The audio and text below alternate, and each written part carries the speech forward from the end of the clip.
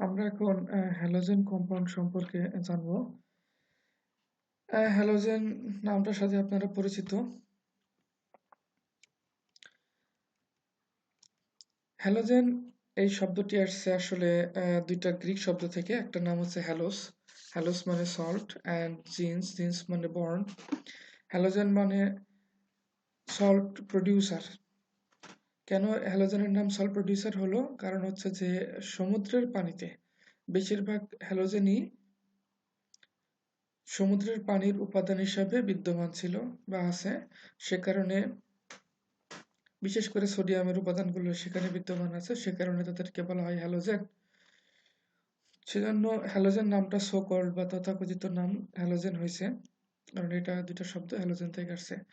আর halogen এই যে elements গুলো সেগুলো হচ্ছে গ্রুপ 7A এর উপাদান। গ্রুপ 7A তে যে উপাদানগুলো আছে তারা হচ্ছে ফ্লোরিন, ক্লোরিন, ব্রোমিন, আয়োডিন এবং অ্যাস্টাটিন। এর মধ্যে অ্যাস্টাটিন হচ্ছে সেটা একটা রেডিও অ্যাক্টিভ এলিমেন্টস। এছাড়া বাকি সবগুলা সম্পর্কে স্টাডি করা যায়। এর মধ্যে ফ্লোরিন হচ্ছে গ্যাসীয়, ক্লোরিন, ব্রোমিন এগুলো তরল এবং আয়োডিন হচ্ছে সলিড। তো উপর থেকে নিচের দিকে প্রথমে গ্যাস থেকে আস্তে আস্তে সলিডের দিকে আসে। ইলেকট্রনিক স্ট্রাকচার যদি আমরা দেখি হ্যালোজেন কম্পাউন্ডে, তাহলে আমরা দেখব যে এদের লাস্টের কক্ষপথে 7টা করে ইলেকট্রন বিদ্যমান। যেমন ফ্লোরিনের লাস্টের কক্ষপথে হচ্ছে 7টা ইলেকট্রন বিদ্যমান। ফ্লোরিনের টোটাল ইলেকট্রন সংখ্যা হচ্ছে 9টা, 1s2 2s2 2p6। তো 7টা ইলেকট্রন, লাস্টের 7টা ইলেকট্রন যদি বাদ দিই দ্বিতীয় শক্তি স্তরে, তাহলে তার প্রথম শক্তি স্তরে ইলেকট্রন থাকে 2টা, যেটা হিলিয়ামের ইলেকট্রন বিন্যাসের সাথে মিলে। সুতরাং সেটা হচ্ছে হিলিয়ামের ইলেকট্রনিক কনফিগারেশনের সাথে মিলে। আর যদি সে একটা ইলেকট্রন অর্জন করতে পারে, তাহলে টোটাল তার ইলেকট্রন হবে 10টা, সেটা আবার নিয়নের সাথে মিলে যাবে। একইভাবে ক্লোরিনের টোটাল ইলেকট্রন সংখ্যা 17টা, লাস্টের কক্ষপথে আছে 7টি ইলেকট্রন, তার আগের কক্ষপথগুলোতে আছে মোট 10টি ইলেকট্রন। এই 17টা ইলেকট্রনের সাথে যদি আরেকটা ইলেকট্রন যুক্ত হয়, তাহলে ক্লোরিনের ইলেকট্রন সংখ্যা হবে 18টা, যেটা আর্গনের ইলেকট্রন বিন্যাসের সাথে মিলে। অর্থাৎ তাদের ইলেকট্রন বিন্যাসটা এমন যে লাস্টের কক্ষপথে আছে হচ্ছে টোটাল 7টা ইলেকট্রন, যার সাথে একটা ইলেকট্রন যোগ হলে সেটা অষ্টকপূর্ণ হয় এবং কোনো না কোনো ইনার্ট গ্যাসের সাথে মিলে যায়। ফলে তাদের স্টেবল কনফিগারেশন অর্জন করা সহজ হয়, যে কারণে তারা একটা ইলেকট্রন গেইন করে। সেটা একটা ইলেকট্রন শেয়ারের মাধ্যমে গেইন করতে পারে, অথবা ডোনেশনের মাধ্যমে কেউ যদি ডোনেট করে, তাহলে তারা সে একটা ইলেকট্রন অর্জন করে অষ্টক পূর্ণ করে কোনো না কোনো ইনার্ট গ্যাসের মতো ইলেকট্রনিক কনফিগারেশন তৈরি করতে পারে। তো বলা হচ্ছে the electronic structure of halogen compound shows that the halogens have 7 electrons in their outermost shell. হ্যালোজেনের ইলেকট্রনিক কনফিগারেশন থেকে দেখা যায় তাদের বহিস্থ কক্ষপথে 7টি ইলেকট্রন বিদ্যমান। The chemical behaviors of halogens therefore show a tendency to achieve the inert gas configuration by accepting an electron from other atoms, either by transfer or sharing. তো ফলে এজন্য হ্যালোজেন কম্পাউন্ডের একটা টেন্ডেন্সি হচ্ছে তারা অন্য একটা মৌল থেকে, অন্য একটা এলিমেন্ট থেকে একটা ইলেকট্রন সে গ্রহণ করে। হতে পারে সেটা ট্রান্সফারের মাধ্যমে, হতে পারে সেটা শেয়ারিং এর মাধ্যমে। ফলে কি হবে, তাদের ইনার্ট গ্যাসের একটা কনফিগারেশন অর্জন হবে। তারা যদি একটা ইলেকট্রন অর্জন করতে পারে কারো কাছ থেকে, তাহলে তাদের ইলেকট্রনিক কনফিগারেশন যেটা হবে সেটা কোনো না কোনো ইনার্ট গ্যাসের সাথে মিলবে। At the ordinary temperature, the halogens exist as diatomic molecule. সাধারণ তাপমাত্রায় হ্যালোজেনগুলো দ্বিমূল যৌগ হিসেবে থাকে, যেমন F2 ফ্লোরিনের সংকেত, Cl2 ক্লোরিনের সংকেত, Br2 ব্রোমিনের সংকেত। ফর দ্য সেম রিজন, কারণ এইভাবে যদি তারা দ্বিমূল যৌগ হিসেবে থাকে, তাহলে তাদের বহিস্থ কক্ষপথ ইলেকট্রনের সংখ্যাটা অষ্টক পূর্ণ করে। যেমন ফ্লোরিন যদি আরেকটা ফ্লোরিনের সাথে দুটি ইলেকট্রন শেয়ার করে, তাহলে তাদের টোটাল ইলেকট্রন সংখ্যা হয় হচ্ছে 8টা। মানে এখানে ফ্লোরিনের ইলেকট্রন সংখ্যা হচ্ছে 1 2 3 4 5 6 7 8টা। আবার এই ফ্লোরিনের ইলেকট্রন সংখ্যা কয়টা? 1 2 3 4 5 6 7 8টা, 8টা। ফলে তাদের ইলেকট্রনের সংখ্যা যদি F2 হিসাবে থাকে, তাহলে তাদের ইলেকট্রনের সংখ্যা হয় হচ্ছে উভয়েরই অষ্টকপূর্ণ হয়। একইভাবে ক্লোরিনের ক্ষেত্রেও তাই, তাদের বহিস্থ কক্ষপথে যদি তারা Cl2 আকারে থাকে তাহলে ক্লোরিনের বহিস্থ কক্ষপথে 8টি ইলেকট্রন থাকে, সুতরাং তাদের অষ্টক পূর্ণ হয়। ব্রোমিনেরও তাই, আয়োডিনেরও তাই। যেহেতু তাদের এভাবে দ্বিমূল যৌগ হিসেবে থাকলে অষ্টক পূর্ণ হয়, সুতরাং তারা ইলেকট্রন শেয়ারিং এর মাধ্যমে Cl2 F2 Br2 আয়োডিন এভাবে থাকে, যাতে তাদের স্টেবল কনফিগারেশন অর্জিত হয়। আচ্ছা, এরপরে physical properties of halogen compounds. Number 1, occurrence. These elements do not occur in the free state. সচরাচর এই সমস্ত এলিমেন্টগুলা খালি খালি একদম নিজেরা স্বাধীনভাবে প্রকৃতিতে বিদ্যমান থাকে না, but they are found in the combination or combined state where they occur fairly abundant in nature. কিন্তু তাদেরকে প্রকৃতিতে কারো না কারোর সাথে যুক্ত অবস্থায় পাওয়া যায়, যেমন সোডিয়াম এর সাথে ক্লোরিন যুক্ত সোডিয়াম ক্লোরাইড আকারে সমুদ্রের পানিতে প্রচুর পরিমাণে বিদ্যমান। একইভাবে অন্যান্যরাও কারো না কারোর সাথে মিলিত হয়ে বিভিন্ন জায়গায় বিদ্যমান, বেশিরভাগই সমুদ্রের পানিতে পাওয়া যায়। Colour, all the halogens are color. সমস্ত হ্যালোজেন মৌলগুলো হচ্ছে রঙিন। Their color is due to the fact that their molecules absorb light in the visible region, by means of which the outer electrons are excited to the higher energy level. তাদের কালারটা এজন্য হয় যে তারা visible রিজিয়নে, অর্থাৎ দৃশ্যমান আলোর যেই তরঙ্গদৈর্ঘ্য, সেই সমস্ত তরঙ্গদৈর্ঘ্য তারা শোষণ করে, ফলে তাদের কালার শো করে তারা। যেমন ফ্লোরিনের কালার হচ্ছে পেল ইয়েলো বা ধূসর হলুদ রঙের, ক্লোরিন হচ্ছে গ্রিনিশ ইয়েলো সবুজা হলুদ রঙের, ব্রোমিন রেডিশ ব্রাউন বাদামি খয়েরি বাদামি, আয়োডিন ডিপ ভায়োলেট, এটা হচ্ছে গাঢ় বেগুনি।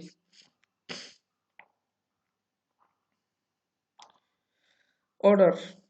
All the halogens have very pungent and unpleasant odor. সমস্ত হ্যালোজেন কম্পাউন্ডগুলোর খুবই ঝাঁঝালো এবং অস্বস্তিকর গন্ধ বিদ্যমান।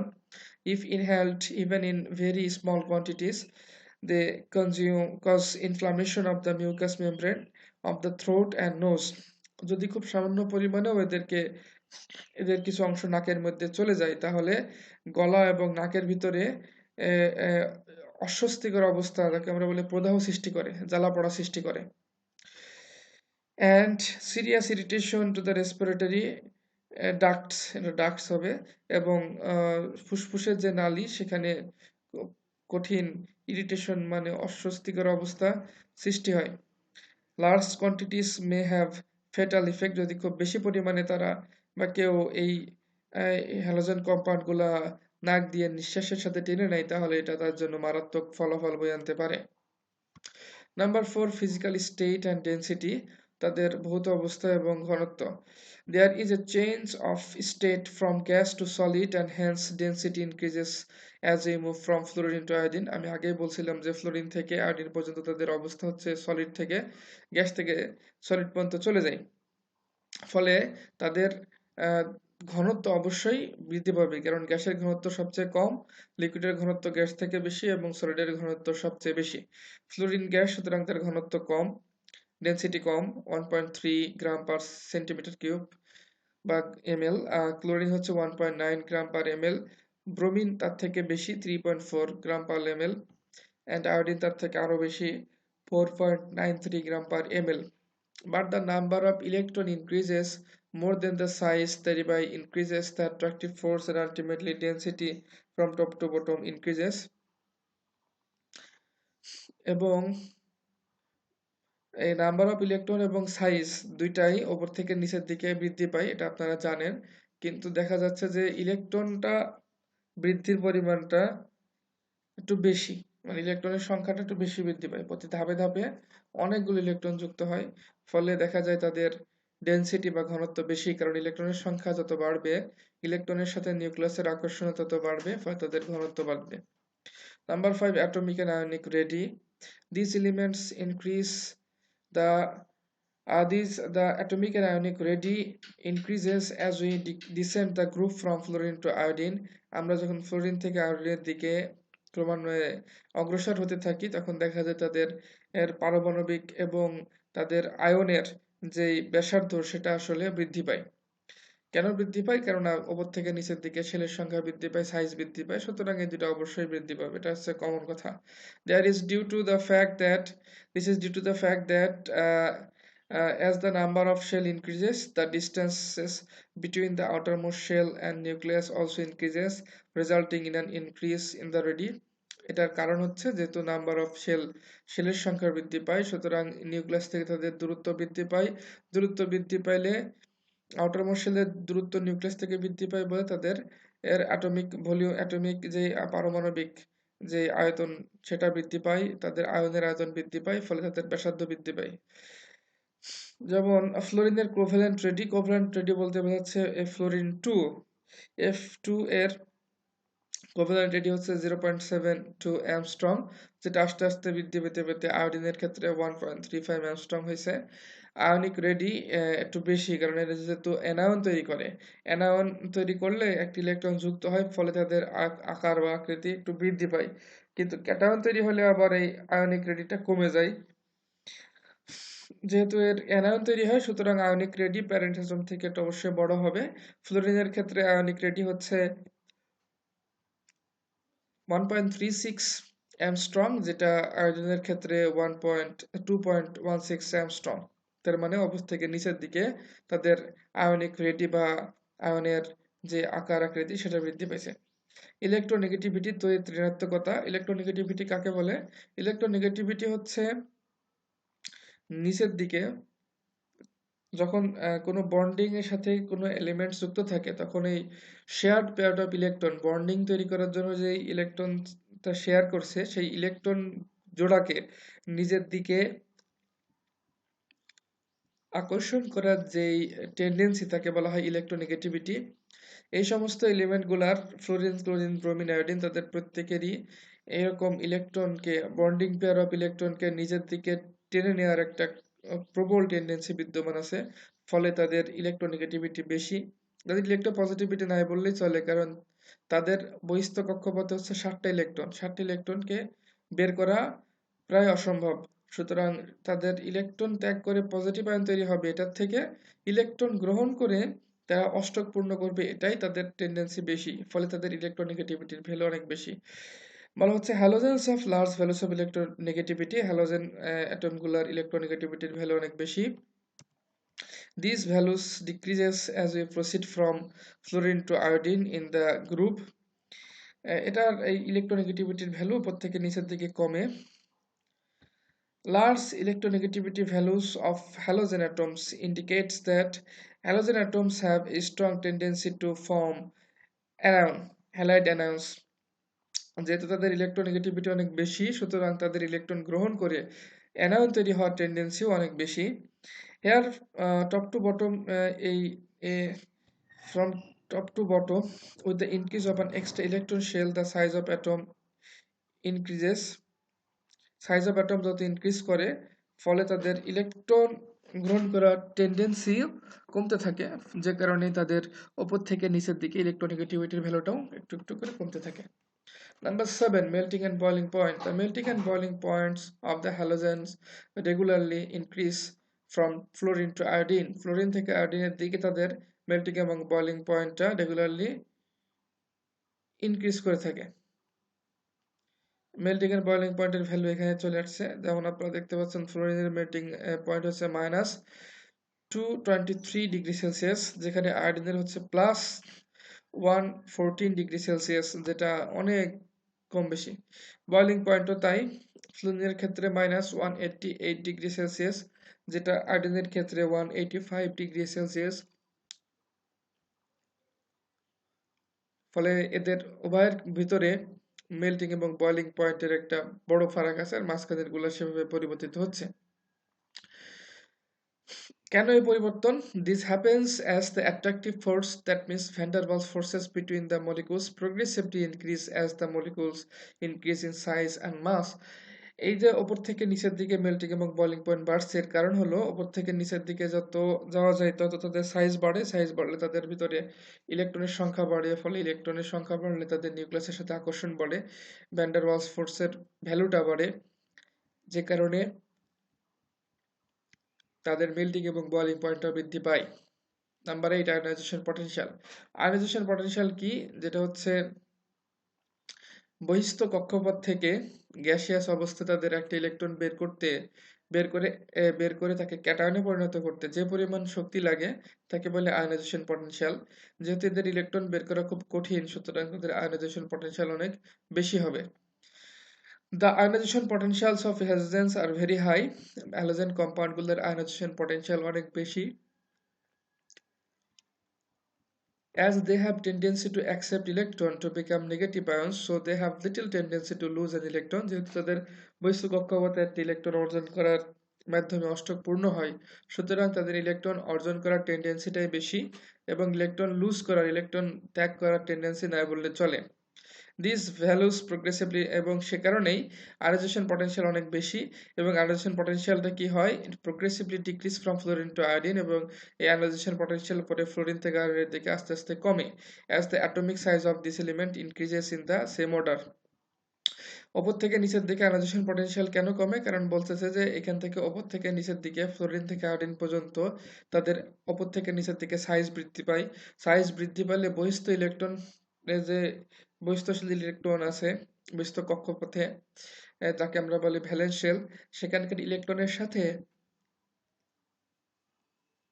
নিউক্লিয়াসের দূরত্ব অনেক বেশি থাকে, ফলে নিউক্লিয়াসের সাথে এই ইলেকট্রনগুলোর আকর্ষণ অনেক কম থাকে, যে কারণে যত বেশি সাইজ বাড়বে তত বেশি বহিস্থ কক্ষপথের ইলেকট্রনের আকর্ষণ কমবে, ফলে তাদেরকে একটু সহজে বহিস্থ ইলেকট্রন শেল থেকে বের করা সহজ, যে কারণে ওপর থেকে নিচের দিকে আস্তে আস্তে আস্তে আস্তে তাদের আয়নাইজেশন পটেনশিয়ালটা কমতে থাকে, যে কারণে ফ্লুইডের আয়নাইজেশন পটেনশিয়াল হচ্ছে 17.42 ইলেকট্রন ভোল্ট, যেখানে আয়োডিনের হচ্ছে 10.45 ইলেকট্রন ভোল্ট। যেহেতু আয়োডিনের সাইজ ফ্লোরিন থেকে অনেক বেশি, সুতরাং আয়োডিনের বহিস্থ কক্ষপথের ইলেকট্রনকে ফ্লোরিন থেকে একটু সহজে বের করা সহজ। Number 9 electron affinity. Electron affinity value decreases from chlorine to iodine. Electron অ্যাফিনিটির ভ্যালু কমবে, কিন্তু এখানে একটু পরিবর্তন আছে। দেখেন ক্লোরিনের ইলেকট্রন অ্যাফিনিটির ভ্যালু ফ্লোরিন থেকে আবার একটু বেশি। তো কেন সেটা আমরা একটু দেখি। ইলেকট্রন অ্যাফিনিটি জিনিসটা কি? যখন কোনো ইলেকট্রন একটা এলিমেন্টের বহিস্থ কক্ষপথে একটা ইলেকট্রন যুক্ত হয়, তখন ইলেকট্রন যুক্ত হলে এই যে পরিমাণ শক্তি সেখান থেকে বের হয়ে যায় তাকে বলা হয় ইলেকট্রন অ্যাফিনিটি। তো আমরা ডেফিনিশন বলি, electron affinity is the amount of energy released when an electron is added to a neutral isolated gaseous atom. Gaseous অবস্থায় আলাদা একটা অ্যাটমের, সম্পূর্ণ আলাদা একটা অ্যাটম যেটা গ্যাসিয়াস অবস্থায় আছে, সেই রকম একটা অ্যাটমের বহিস্থ কক্ষপথে একটা ইলেকট্রন যুক্ত করলে যে পরিমাণ শক্তি সে ত্যাগ করে, ইলেকট্রন যুক্ত হলে যে পরিমাণ শক্তি সে ত্যাগ করবে তাকে বলা হবে ইলেকট্রন অ্যাফিনিটি। এই ইলেকট্রন অ্যাফিনিটি যদি বেশি হয়, মানে যদি বেশি শক্তি ত্যাগ করে, তাহলে তার স্টেবিলিটি বাড়ে। যে যত বেশি শক্তি ত্যাগ করতে পারে তার স্টেবিলিটি তত বাড়ে। সুতরাং যে সমস্ত অ্যাটমে ইলেকট্রন যুক্ত করলে বেশি পরিমাণে শক্তি ত্যাগ করে তাদের স্টেবিলিটি তত বাড়ে, ফলে তাদের অ্যানায়ন তৈরি করা খুব সহজ। সেজন্য বলা হচ্ছে যে atoms with high electron affinity will form anions quite easily. যেহেতু তাদের অ্যানায়ন তৈরি হইলে ইলেকট্রন অ্যাফিনিটি পরিমাণ ভ্যালু মানে বেশি হইলে তাদের স্টেবিলিটি বাড়ে, সুতরাং তাদের অ্যানায়নের স্টেবিলিটি অনেক বেশি, যে কারণে তাদেরকে অ্যানায়ন তৈরি করা খুব সহজ। তো দেখা যাচ্ছে যে ফ্লোরিনের সাইজটা ছোট, ক্লোরিন থেকে ফ্লোরিনের সাইজ ছোট, ফলে ফ্লোরিনের ইলেকট্রনগুলা ক্লোরিন থেকে ডেন্সলি প্যাকড থাকে, যে কারণে ক্লোরিনের ইলেকট্রন অ্যাফিনিটি ফ্লোরিন থেকে একটু বেশি, ফ্লোরিনের ইলেকট্রন অ্যাফিনিটি একটু কম, কারণ ফ্লোরিনের বহিস্থ কক্ষপথের ইলেকট্রনগুলো যেহেতু ডেন্সলি প্যাকড, সুতরাং সাইজ ছোট হওয়ার কারণে, সুতরাং ফ্লোরিন এর বহিস্থ কক্ষপথে ইলেকট্রন অ্যাড করা একটু কঠিন। অপরদিকে ক্লোরিনের সাইজ ফ্লোরিন থেকে একটু বেশি, ফলে ক্লোরিনের বহিস্থ কক্ষপথে ইলেকট্রন অ্যাড করা একটু সহজ, যে কারণে ক্লোরিনের ইলেকট্রন অ্যাফিনিটি ফ্লোরিন থেকে একটু বেশি। Number 10, solubility. The halogens are slightly soluble in water and other solubility and their solubility decreases from chlorine to fluorine. হ্যালোজেনগুলো খুব সামান্য পরিমাণে পানিতে সলিবল হয়, কিন্তু তাদের সল্ট আবার খুব ভালো সলিবল হয়, এবং এই সলিবিলিটি দেখা যায় যে উপর থেকে নিচের দিকে সলিবিলিটির ভ্যালুটা কমতে থাকে। তবে fluorine cannot be dissolved into water since it decomposes water, liberating our oxygen and ozone. তবে ফ্লোরিনকে পানিতে দ্রবীভূত করা যায় না, কারণ পানির সাথে ফ্লোরিন রিঅ্যাকশন করে পানিকে ভেঙে অক্সিজেন এবং ওজোন কনভার্ট করে, ফলে ফ্লোরিন আসলে পানিতে সলিবল হয় না। The halogens dissolve much better than water in many organic solvents like carbon disulfide, chloroform, ether etc. তবে হ্যালোজেন কম্পাউন্ডগুলা পানিতে ভালো সলিউবল না হলেও অর্গানিক সলভেন্ট যেমন কার্বন ডাইসালফাইড, ক্লোরোফর্ম, ইথার এগুলোতে ভালো সলিউবল হয়।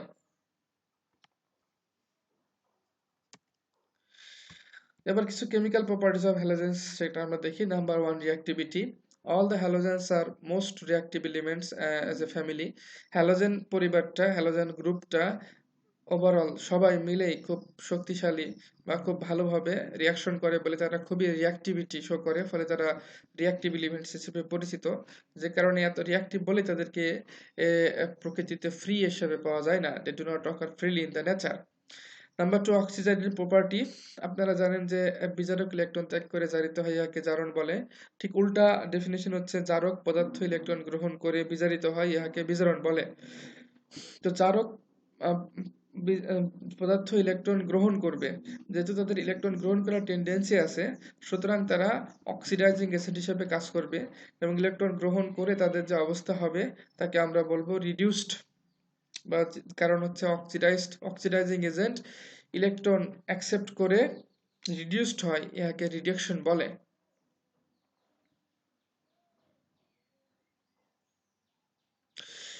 The halogens, due to high electron affinity values, have a great tendency to accept an electron.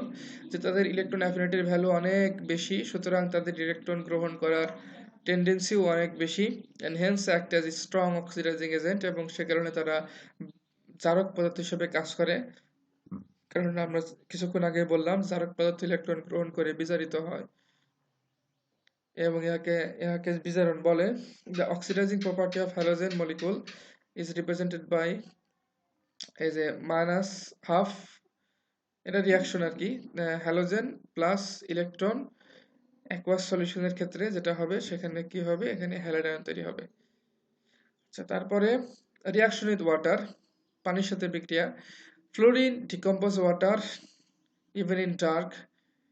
Fluorine পানিকে বিশ্লিষ্ট করে, এটা আমরা কিছুক্ষণ আগে বলছিলাম, বিশ্লেষণ করে পানিকে অক্সিজেন এবং কার্বন ওজোনে কনভার্ট করে। ক্লোরিন ডিকম্পোজেস ওয়াটার ইন সানলাইট, এবং ক্লোরিন সূর্যের আলোর উপস্থিতিতে পানিকে বিশ্লিষ্ট করে হাইপোক্লোরাস অ্যাসিড তৈরি করে। Bromine also decomposes water. ব্রোমিনও পানিকে ডিকম্পোজ করে, পানিকে বিশ্লিষ্ট করে হাইড্রোজেন ব্রোমাইড, হাইপোব্রোমাইড অক্সিজেন মানে হাইপোব্রোমাস অ্যাসিড তৈরি করে, বাট ভেরি স্লোলি, তবে এটা খুব আস্তে আস্তে করে। while iodine doesn't decompose water at all, যেখানে আয়োডিন কোনো পানির সাথে কোনো রিয়াকশনই করে না। তাহলে ফ্লোরিন পানির সাথে খুব দ্রুত রিয়াকশন করে এটা, এবং সেই রিয়াকশনের জন্য আলোর কোনো প্রয়োজন নেই, এমনকি অন্ধকারেও সে দ্রুত রিয়াকশন করে। ক্লোরিন পানির সাথে সূর্যের আলোর উপস্থিতিতে রিয়াকশন করে। ব্রোমিন সূর্যের আলোর উপস্থিতিতে রিয়াকশন করে, তবে তার রিয়াকশনের গতিবেগ ক্লোরিন থেকে কম। আর আয়োডিন পানির সাথে কোনোভাবে রিয়াকশন করে না। Formation of hydroacid. All the elements of this group combine with hydrogen and form hydrogen halide, which are called hydroacids or halogen acid. এই গ্রুপের যতগুলো এলিমেন্টস আছে তারা সবাই হাইড্রোজেনের সাথে রিয়াকশন করে হাইড্রোঅ্যাসিড তৈরি করে থাকে। যেমন ক্লোরিনের সাথে হাইড্রোজেন যুক্ত হলে তাকে আমরা বলি হাইড্রোক্লোরিক অ্যাসিড, ব্রোমিনের সাথে হাইড্রোজেন যুক্ত হলে তাকে আমরা বলি হাইড্রোব্রোমিক অ্যাসিড, ইত্যাদি ইত্যাদি। The affinity of these elements for hydrogen decreases from fluorine to iodine. হাইড্রোজেনের সাথে তাদের যুক্ত হয়ে হাইড্রোঅ্যাসিড বা হাইড্রোজেন হ্যালাইড তৈরি হওয়ার যে টেন্ডেন্সি, সেটা হচ্ছে উপর থেকে নিচের দিকে, গ্রুপের উপর থেকে নিচের দিকে আস্তে আস্তে কমে। সুতরাং যে গ্রুপের উপরে থাকবে তার টেন্ডেন্সি থাকবে সবচেয়ে বেশি এবং গ্রুপের নিচের দিকে যে থাকবে তার টেন্ডেন্সি সবচেয়ে কম, যে কারণে দেখা যায় যে ফ্লোরিন হাইড্রোজেনের সাথে বিস্ফোরণ সহকারে যুক্ত হয়। এমনকি এই রিয়াকশনের জন্য কোনো আলোর প্রয়োজন হয় না, অন্ধকারেও সে এইরকম খুব দ্রুত বিস্ফোরণ সহকারে যুক্ত হয়। ক্লোরিন পানি হাইড্রোজেনের সাথে পানির সাথে যেমন ক্লোরিন সূর্যের আলোর উপস্থিতিতে রিয়াকশন করত, ঠিক একইভাবে ক্লোরিন হাইড্রোজেনের সাথেও সূর্যের আলোর সাথে উপস্থিতিতে রিয়াকশন করে। ব্রোমিন হাইড্রোজেনের সাথে রিয়াকশন করে, তবে সেটা তাপমাত্রা প্রয়োগের পরে দেখা গেছে 500 ডিগ্রি সেলসিয়াস টেম্পারেচার দেওয়ার পরে হাইড্রোজেনের সাথে ব্রোমিন রিয়াকশন করে। তবে আয়োডিন হাইড্রোজেনের সাথে রিয়াকশন আগেরগুলোর মতো করে না, কারণ আমরা কিছুক্ষণ আগে বলছিলাম যে হাইড্রোজেনের সাথে এদের রিয়াকশন উপর থেকে নিচের দিকে, এই গ্রুপের উপর থেকে নিচের দিকে রিয়াকশনের গতিবেগ কমতে থাকে, রিঅ্যাক্টিভিটি কমতে থাকে। ফলে হাইড্রোজেনের সাথে আয়োডিনকে রিয়াকশন করাতে হলে তাপও দিতে হয়, সাথে প্রভাবক দেয়া লাগে। এখানে প্লাটিনাম ক্যাটালিস্ট হিসেবে কাজ করে। এটা একটা কমন রিয়াকশন, এটা এক্স দিয়ে বোঝানো হয়েছে। এটা আসলে হ্যালোজেন এবং এইচটা মানে হাইড্রোজেন, তারা মিলে তৈরি করে hydrogen halide. Number 5, reaction with oxygen, অক্সিজেনের সাথে বিক্রিয়া। সরাসরি অক্সিজেনের সাথে তাদের রিয়াকশন পাওয়া মুশকিল, তবে তারা আর্ক বা হচ্ছে অক্সিজেন শিখার সাথে ইনডাইরেক্ট রিয়াকশন করে থাকে অক্সিজেনের সাথে, তবে অক্সিজেন শিখার সাথেও রিয়াকশন করে থাকে। Halogens form a number of oxide by indirect reactions and arc. দেখা যাচ্ছে যে হ্যালোজেনগুলা অক্সিজেনের সাথে সরাসরি না, যেমন আর্ক বা শিখার মাধ্যমে অক্সিজেন শিখার সাথে রিয়াকশন করে কিছু কিছু হ্যালোজেন অক্সাইড কম্পাউন্ড তৈরি করে থাকে। তবে সরাসরি অক্সিজেনের সাথে তো রিয়াকশন হয় না, যেখানে বলা হচ্ছে যে halogens do not combine directly with oxygen. তবে হ্যালোজেন, যাই হোক, হ্যালোজেনগুলা অক্সিজেনের সাথে রিয়াকশন করে ইনডাইরেক্ট পদ্ধতি হোক বা যেটাই হোক, সেভাবে রিয়াকশন করে বিভিন্ন ধরনের বাইনারি হ্যালোজেন অক্সিজেন কম্পাউন্ড তৈরি করে থাকে। যেমন oxygen difluoride, oxygen perfluoride, mono dichloride oxide, chlorine dioxide, dibromide oxide, bromine dioxide ইত্যাদি ইত্যাদি। অক্সি অ্যাসিড, কিছুক্ষণ আগে আমরা বলছিলাম যে অক্সিজেনের সাথে তাদের যে রিয়াকশন থাকে, সেই রিয়াকশনটা বিশেষভাবে পরিচালিত করা যেতে পারে, তারা সরাসরি রিয়াকশন করে না। তবে তাদের হাইড্রোজেন হ্যালাইড বা হাইড্রাসিড যেটা আছে, হাইড্রোজেন হ্যালাইডের সাথে অক্সিজেন কম্বাইন্ড হতে পারে। সেখানে অক্সিজেন কম্বাইন্ড হলে তাদের অক্সি অ্যাসিড তৈরি হয়। যেমন 4 ধরনের অক্সিজেন অ্যাসিড তৈরি হয়, তার মধ্যে আছে হাইপোক্লোরাস অ্যাসিড, তারপরে হাইপোক্লোরাস অ্যাসিড, তারপরে হাইপোব্রোমাস অ্যাসিড, হাইপোআয়োডাইড অ্যাসিড ইত্যাদি ইত্যাদি।